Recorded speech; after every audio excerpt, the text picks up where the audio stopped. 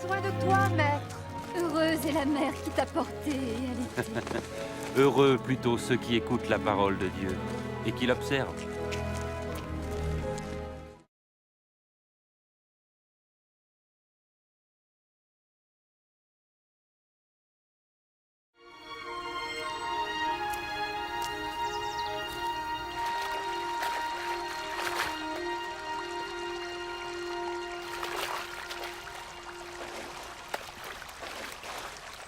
Apprends-nous à prier, comme Jean l'a appris à ses disciples.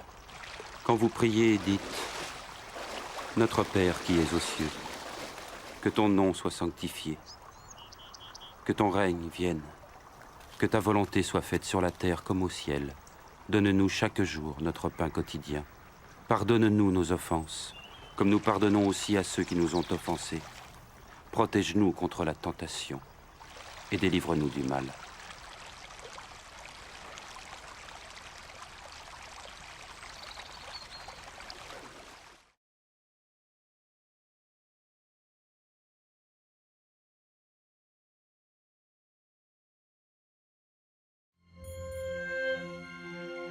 Dans les Saintes Écritures, Dieu déclare que le Messie viendrait pour être le sauveur du monde. La vie de Jésus prouve qu'il est bien celui dont les prophètes avaient parlé. Ésaïe a prophétisé que la Vierge deviendrait enceinte et qu'elle enfanterait un fils. Des siècles plus tard, la naissance de Jésus accomplissait cette prophétie.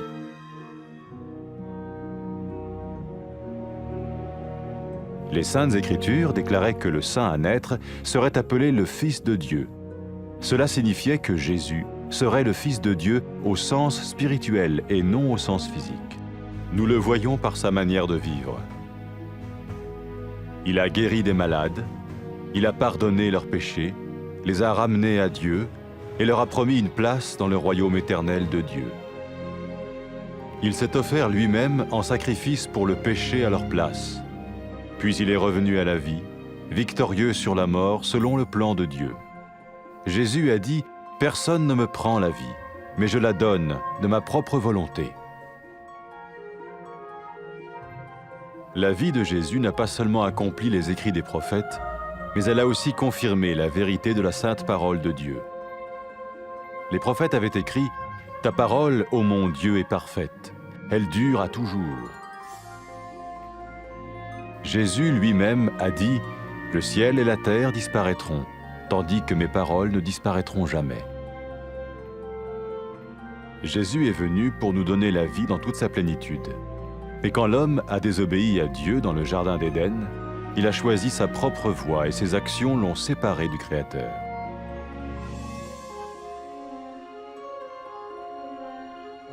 Les Saintes Écritures déclarent que tous ont péché et que le salaire que paye le péché, c'est la mort.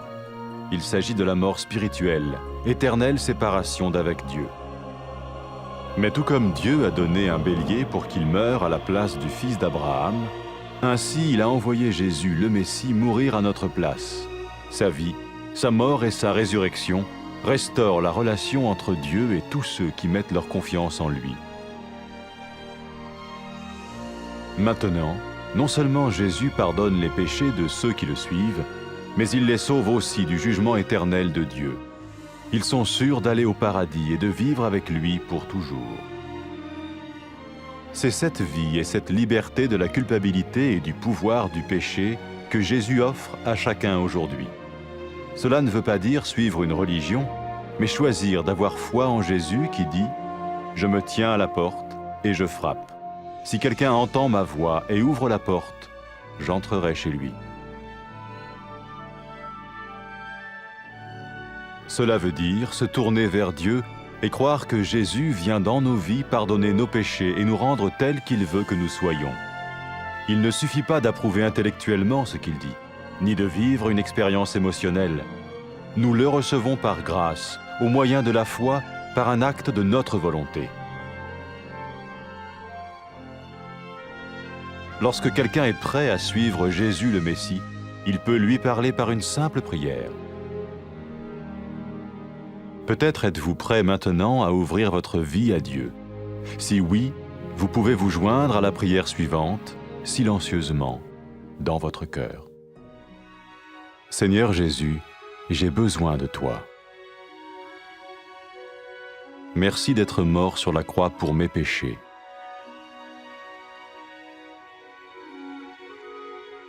Je confesse mes péchés et je m'en repens.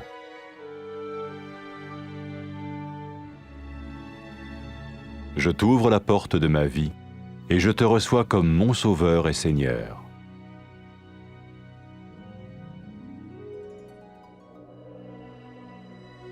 Merci de me pardonner mes péchés et de me donner la vie éternelle.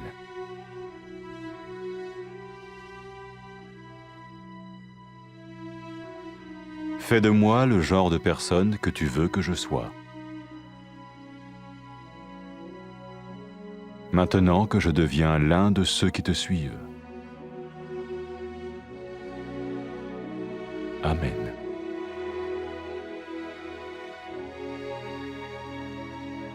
Jésus a dit à propos de ses disciples, « Mes brebis écoutent ma voix, je les connais et elles me suivent. » Pour expérimenter la vie en abondance promise par Jésus, ceux qui le suivent parlent à Dieu chaque jour dans la prière et lisent ou écoutent sa parole.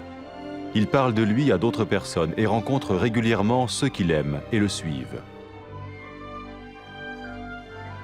N'oubliez pas sa merveilleuse promesse. Tout pouvoir m'a été donné dans le ciel et sur la terre. Et sachez-le, je vais être avec vous tous les jours, jusqu'à la fin du monde.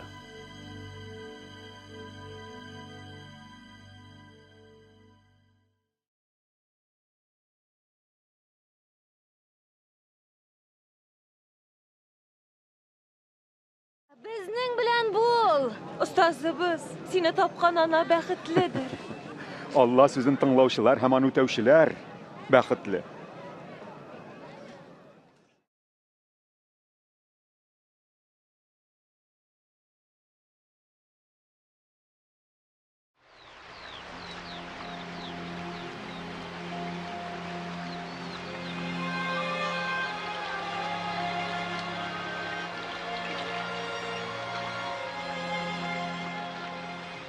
Ustaz, dua qilirga үйрәт безне. Siz бұлай итеп, дұға қылығыз, атабыз, исімің изге деп, иқрар етілсін, патшалығын келсін, бізге күн сайын күндәлік ризығыбызны бер. Біз де яузларны кешірген кебек біздің гынахларыбызны кешір. Бізні құтқыға душар етмә, яузлықтан сақла.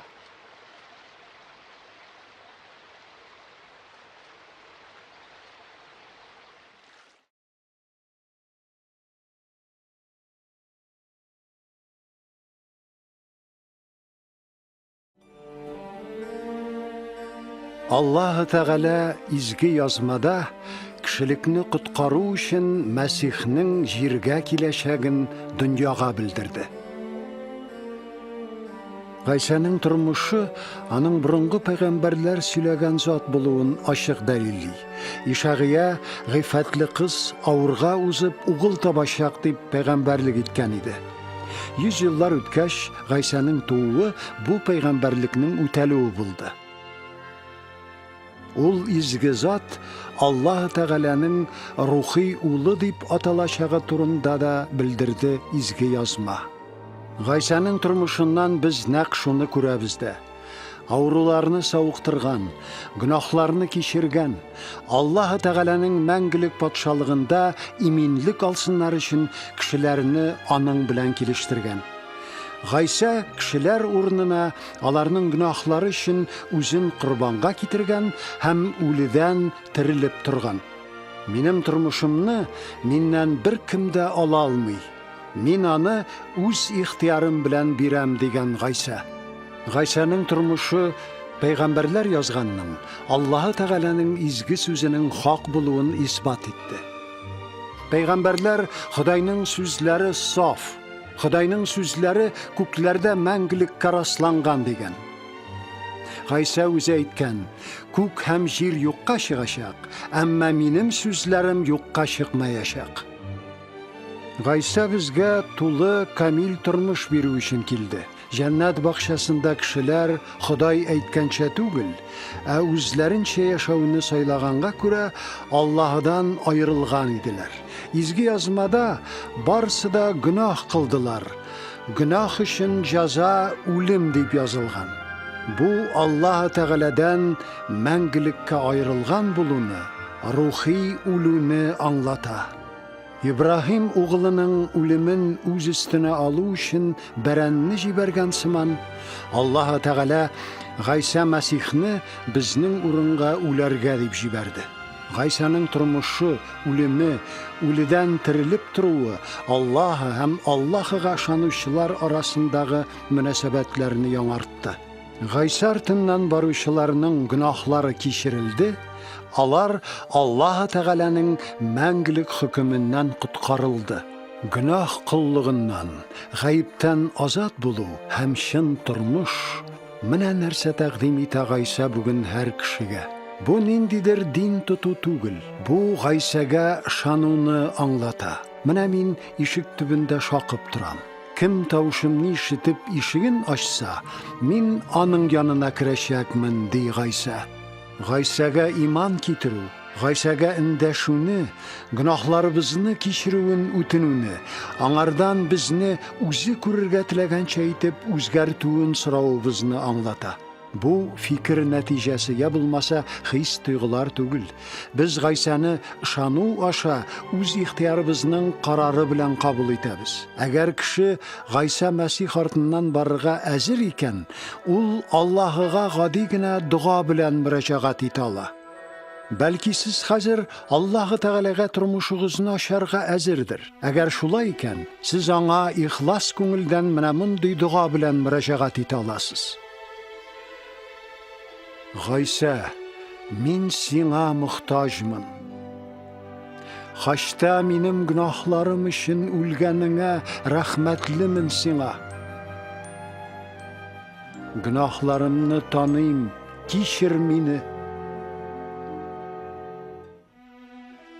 Мин сине коткаручым һәм тормышымның хуҗасы итеп чакырам.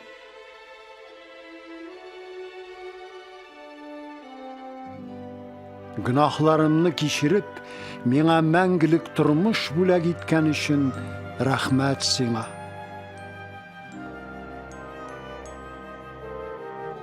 Мине нинди кеше итеп күрергә телисең, шундый итеп үзгәрт. Чөнки хәзер мин синең артыңнан барачакмын. Амин. Гайса үзенең артыннан баручылар турында булай дигән: Минем сарыкларым минем тавышны ишетәләр. Мин дә аларны таныйм һәм алар минем арттан баралар.